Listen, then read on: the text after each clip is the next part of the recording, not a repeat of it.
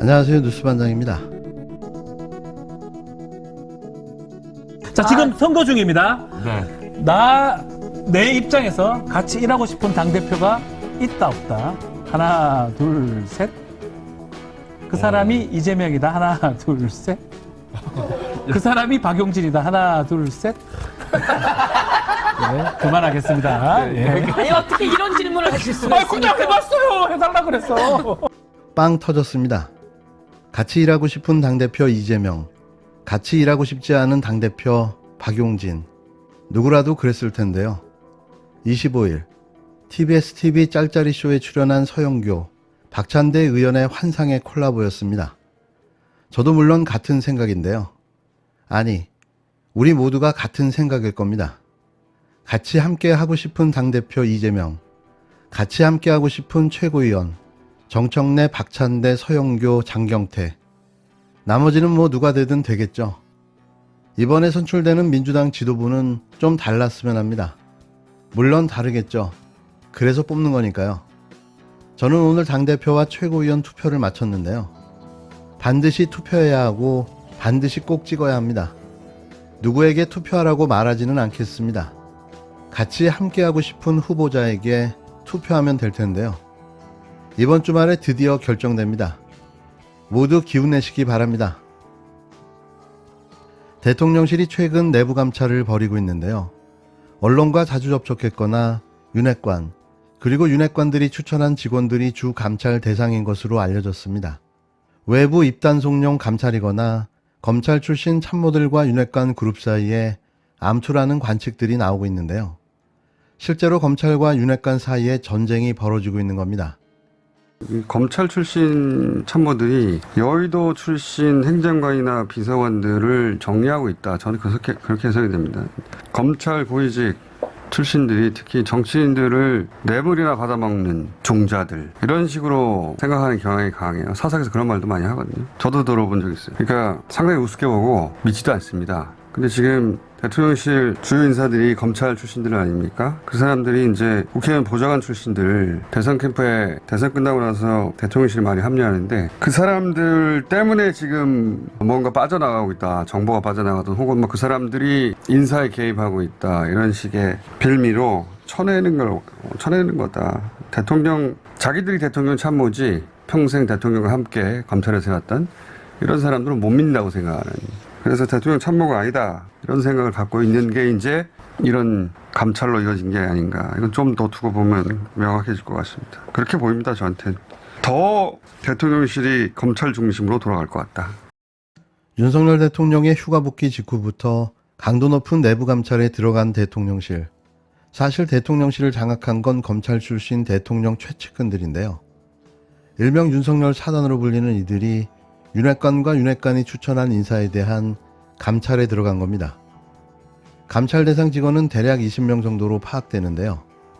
대통령실 시위대책 문건 유출 의혹을 받은 행정요원은 이미 대통령실을 떠났고 바로 윗선 비서관에 대해선 인사위원회가 열릴 예정입니다. 김건희 씨 보좌를 담당하는 부속실 직원에 대한 업무 점검도 시작된 것으로 확인됐는데요.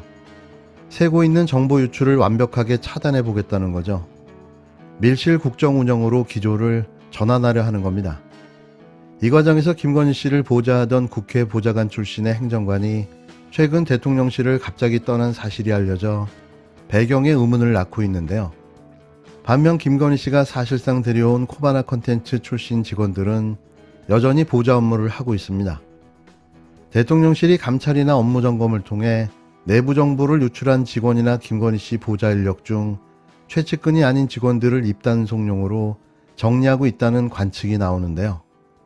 여기에 이른바 윤핵관 라인으로 알려진 행정관 2명이 최근 대통령실을 떠나면서 검찰 출신들과 윤핵관 그룹의 암투가 드러났다. 벌써부터 찐윤과 친윤의 구분이 시작됐다는 말들도 나오고 있습니다.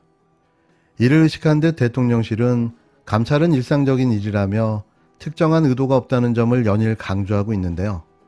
오로지 권력을 쟁취하기 위한 개싸움만 벌이는 윤석열 정부. 이게 나라냐라는 말이 절로 나오는데요. 왜 대통령이 되려 한 걸까요? 왜 정권을 잡으려 했는지 저는 도무지 이해가 안 갑니다.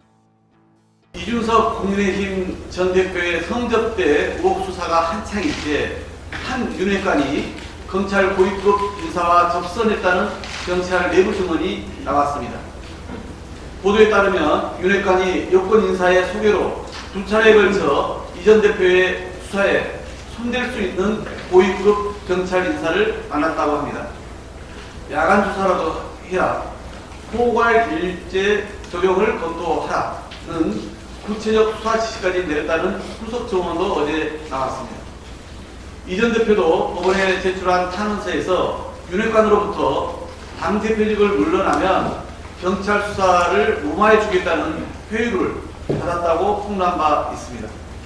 내부 고발이 사실이라면 윤석열 대통령의 핵심 측근이 집권여당 당대표 숙청의 수단으로 경찰력을 이용한 것입니다.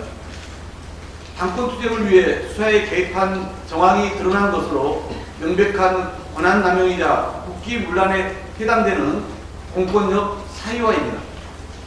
윤석열 정권이 불법 시행령 꼼수로 경찰국을 신설하고 밀정 의혹을 받는 경찰국장을 임명했는지 시간이 지날수록 왜 임명했는지 시간이 지날수록 그 이유가 선명해집니다. 경찰은 명운을 걸고 내부 고위급 인사가 어떤 이유로 윤핵관을 만났고 어떤 정치적 거문거리가 있었는지 철저하게 조사해 진실을 밝혀야 합니다. 민주당도 국회 행정안전위원회를 통해 관련 의혹을 밝히고 책임을 묻겠습니다. 23일 JTBC 뉴스룸은 윤핵관 의원과 경찰 고위급 인사가 두 차례 만났다는 경찰 내부 증언을 단독 보도했습니다. 이 시기는 이준석 전 대표가 수사가 본격화되던 때였는데요. 24일 JTBC는 연이은 단독 보도로 수사 외압을 의심할 만한 정황이 드러났다고 밝혔습니다. 윤핵관 의원과 경찰 고위급 인사가 만난 시점을 전후로 수사의 속도를 내라는 지시가 집중적으로 내려갔다는 것을 확인한 건데요. 특히 구체적인 수사 방식까지 적시해 검토를 지시한 걸로 나타났습니다. 그러니까 계획하고 음해하려는 정황이 파악된 거죠. 한 윤핵관 의원과 경찰 고위급 A씨가 만난 걸로 알려진 시점은 지난 6월 말과 7월 말 무렵입니다. A씨는 이 시기를 전후로 이준석 전 국힘당 대표 사건 수사팀에 수사 속도를 내라는 취지의 지시를 집중적으로 내린 걸로 전해졌는데요.